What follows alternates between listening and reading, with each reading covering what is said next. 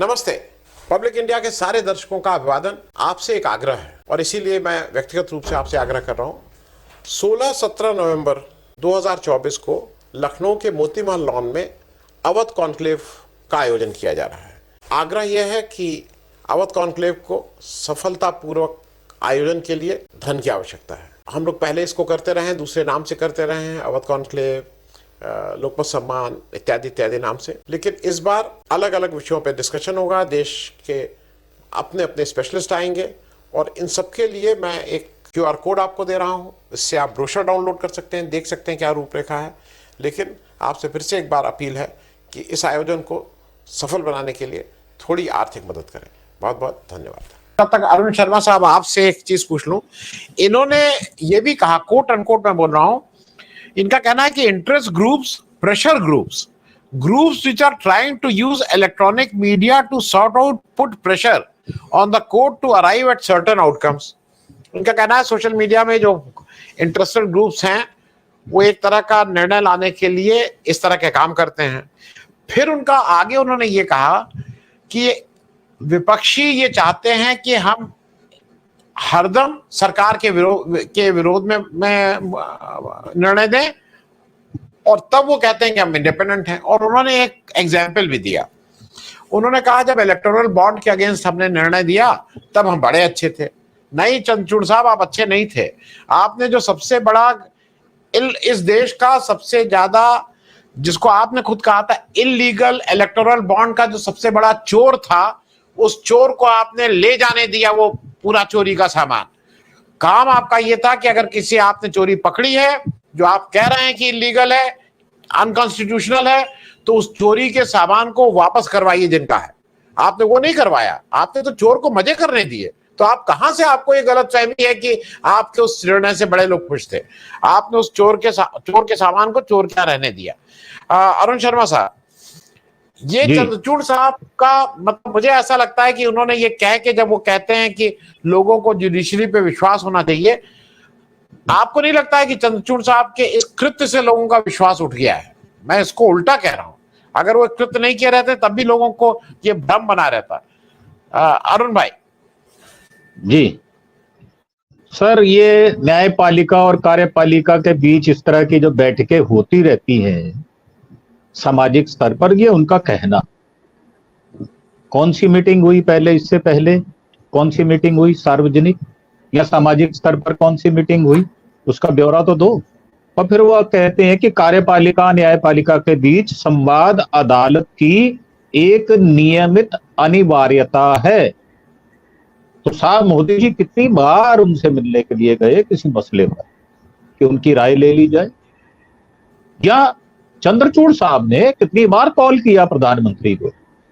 मुझे नहीं पता किसका पद बड़ा है, क्योंकि मैंने LLB किया नहीं, परंतु अगर ये सामान्य संवाद है तो दोनों को एक दूसरे से मिलना चाहिए था। अब वो कहते हैं सामाजिक परिवेश में भले ही इसको लेकर कुछ आदान प्रदान की बात हो, लेकिन सच्चाई ये है कि इस तरह से बातचीत के दौरान सौदे तय नहीं होते। सर, है या मसौदे होते हैं? सौदा होना तो सीधी सीधी भाषा, मसौदे तय होते हैं सर। किसी पॉइंट पर आकर हम बात करते हैं। इसलिए प्लीज हम पर भरोसा करें, हम सौदा करने के लिए नहीं है। ये तो बात हमको भी पता है कि आप सौदा करने के लिए हैं। आप तो चीफ जस्टिस हैं और आज भी हैं। और फिर ये कि धर्मोपदेश करना एक, ये स्वस्वीकृति विशेषाधिकार है। धर्म के विषय में अगर मैं कोई उपदेश करता हूं तो यह मेरा विशेषाधिकार है, क्योंकि मैं उस धर्म का अनुयायी हूं। परंतु न्यायपालिका और न्याय की कीमत पर मैं नहीं कर सकता इसको। मतलब मैं संविधान की जो किताब है उसकी जगह, हालांकि मैं गीता पर हाथ रखकर कसम जरूर खाता हूं, परंतु संविधान की किताब को गीता से रिप्लेस नहीं कर सकता। मुझे व्याख्या न्याय देना पड़ेगा संविधान की किताब से, ना कि धर्म की किताब से।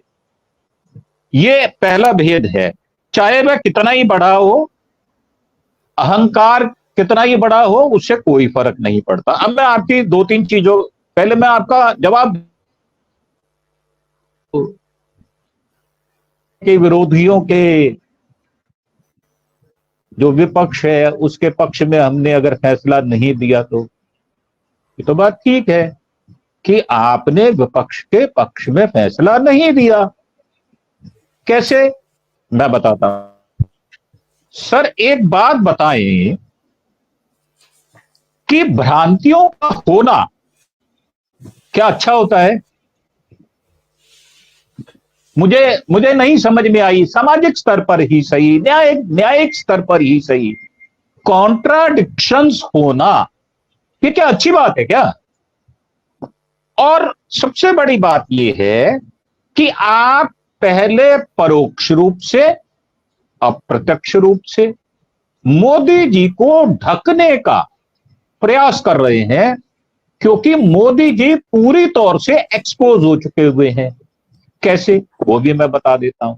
एक प्रधानमंत्री को गणेश जी की आड़ लेकर बात क्यों करनी पड़ती है स्टेज पर?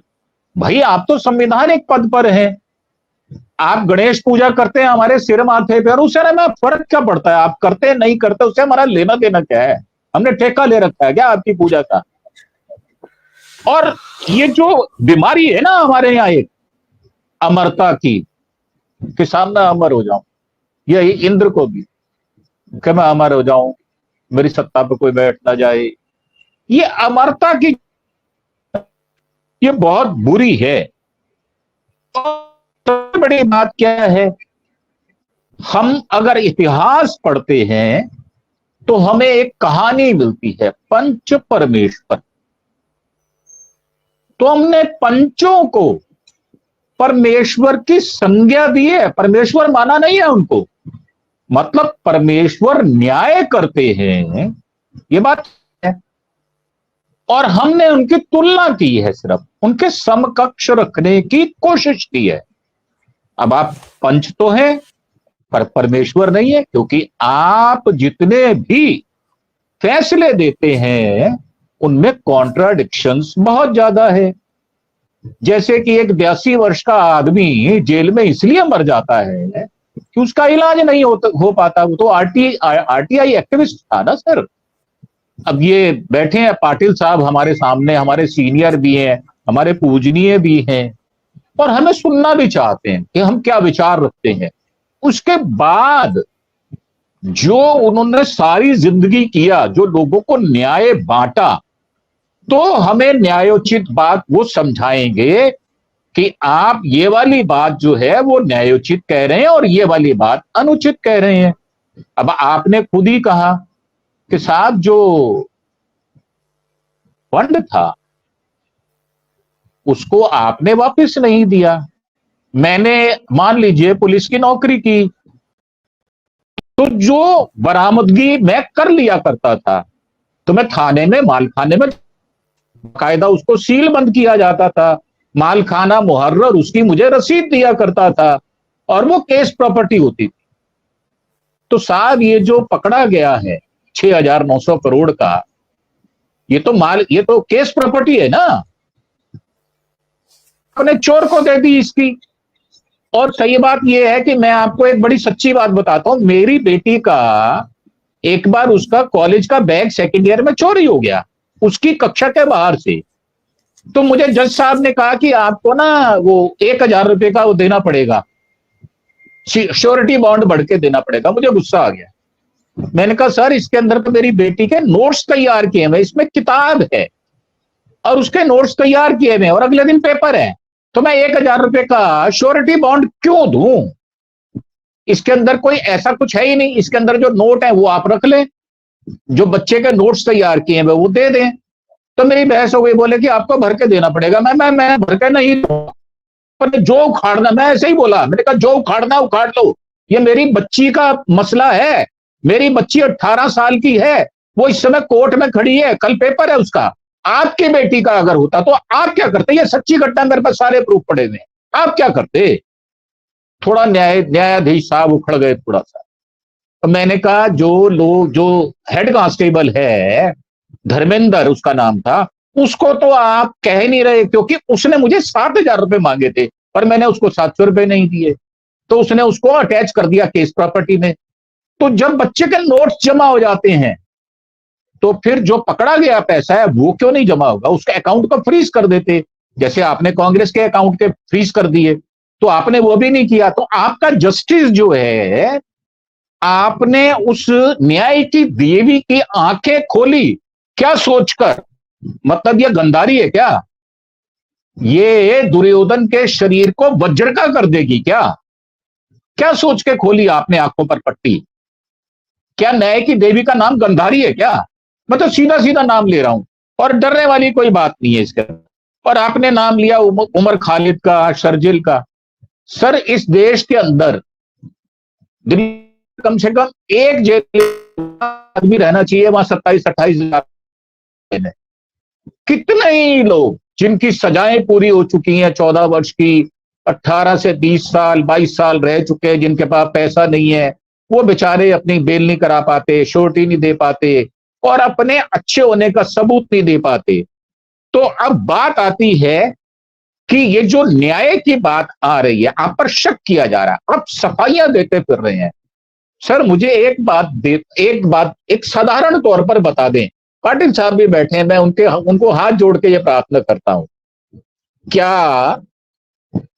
क्या जस्टिफिकेशन देना ये न्यायाधीश को शोभा देता है क्या? न्यायाधीश तो खुद अपने आप में न्याय करता होता है और उसको ही जस्टिफिकेशन देना पड़ रहा कि मेरा ये वाला कृत्य, अब आपने कृत्य कहा तो मैं भी कृत्य कहूंगा, बल्कि मैं तो कुकर्म कहूंगा। हालांकि आपने इसको धार्मिक रंग देने की पूरी कोशिश की। अब मेरे घर में तो चीफ जस्टिस आएंगे नहीं साहब, क्योंकि मेरी तो औकात नहीं है, मैं तो उतने टके का आदमी भी नहीं हूं, तो मेरे घर में क्यों आएंगे? तो अब बात क्या आती है कि ये फिर सेटिंग होती कैसे है सर? जब मैं 15-16 साल का था तो एक मजाक की बात बता देता हूं, मैं खूबसूरत बहुत था, तो मुझे लड़के छेड़ा करते थे, यार तेरी तो लड़कियों से सेटिंग आराम से हो जाती है।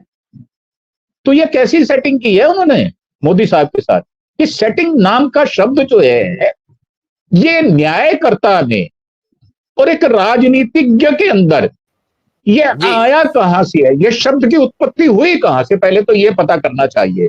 पर मान लीजिए अगर ये सेटिंग हो भी है तो क्या ये पहली, ये तो बात बिल्कुल ठीक है कि जितने भी न्यायाधीश हैं वो न्यायपालिका जो है वो कार्यपालिका से प्रभावित होती है, रहती है, इसमें कोई दो राय वाली बात ही नहीं है, क्योंकि कोई कार्यपालिका का नुकसान नहीं करती। जैसे मैं आपको बताता हूं, कोई सेल टैक्स चोरी कर ले, अब वो सेल टैक्स चोरी कर लिया है, अब वो क्योंकि उसका अरुण भाई, आपका इसने टैक्स चोरी किया, उसके पैसा देगा। मेरा मानना यह है कि आपने हिंदुस्तान के पैसे को चोर को देना मंजूर कर लिया। और बहुत सारे ऐसे हैं, बहुत अच्छी जगह भी बहुत सारे फैसले ऐसे हैं जिन पे प्रश्न चिन्ह बड़े बड़े होते हैं। और इंटीग्रिटी पर देखो, लोग डरते हैं, मैं साफ साफ कह रहा हूं, आपकी इंटीग्रिटी पर शक करना यह मेरा अधिकार है। मैं चैलेंज कर रहा हूं आपको कि आपकी इंटीग्रिटी एज ए सीजीआई शक के दायरे में है, इसलिए आप क्लैरिफिकेशन दे रहे हो। ये जस्टिफिकेशन जो दे रहे हो ना, आप इसलिए दे रहे हो। क्यों? क्योंकि अंदर से आप ईमानदार नहीं हो, बेईमान हो। बेईमान सीजीआई बैठा हुआ है। अरुण भाई कंक्लूड करिएगा, फिर जज साहब के पास जाना है। मैं कर रहा हूं सर। मुझे एक बात बताएं, नीरव, ये बिल्कुल ऐसी कथा है जैसे नीरव मोदी हर इलेक्शन में सरकार कहती है आ रहा है, आ रहा है, आ रहा है। ऐसे ही सीजीआई के बारे में मशहूर है कि अच्छा फैसला दे रहे हैं के साथ दे रहे हैं, देंगे, पर दिया कभी नहीं। जब भी दिया झमेले वाला दिया। मतलब उसके अंदर कोई ना कोई ऐसा लकूना रख दिया, ऐसा एक क्लू रख दिया, एक सॉफ्टवेयर में ऐसा एक डाल दिया कि अकाउंट तो खाली होगा ही होगा, मतलब सरकार को लाभ होगा ही होगा। अब आप पर शक ना करें तो क्या करें। तो मेरा मानना यह है कि ये जो जस्टिफिकेशन दे रहे हैं ना, ये जस्टिफाइड है नहीं, ये अनजस्टिफाइड है। एक न्यायाधीश के लिए इससे ज्यादा डूब मरने की कोई बात नहीं है। जी नमस्ते। पब्लिक इंडिया के सारे दर्शकों का अभिवादन। आपसे एक आग्रह है और इसीलिए मैं व्यक्तिगत रूप से आपसे आग्रह कर रहा हूं। 16-17 नवंबर 2024 को लखनऊ के मोती महल लॉन में अवध कॉन्क्लेव का आयोजन किया जा रहा है। आग्रह यह है कि अवध कॉन्क्लेव को सफलतापूर्वक आयोजन के लिए धन की आवश्यकता है। हम लोग पहले इसको करते रहे हैं, दूसरे नाम से करते रहे हैं, अवध कॉन्क्लेव, लोकमत सम्मान इत्यादि इत्यादि नाम से, लेकिन इस बार अलग अलग विषयों पर डिस्कशन होगा। देश के अपने अपने स्पेशलिस्ट आएंगे और इन सबके लिए मैं एक QR कोड आपको दे रहा हूं। इससे आप ब्रोशर डाउनलोड कर सकते हैं, देख सकते हैं क्या रूपरेखा है। लेकिन आपसे फिर से एक बार अपील है कि इस आयोजन को सफल बनाने के लिए थोड़ी आर्थिक मदद करें। बहुत बहुत धन्यवाद।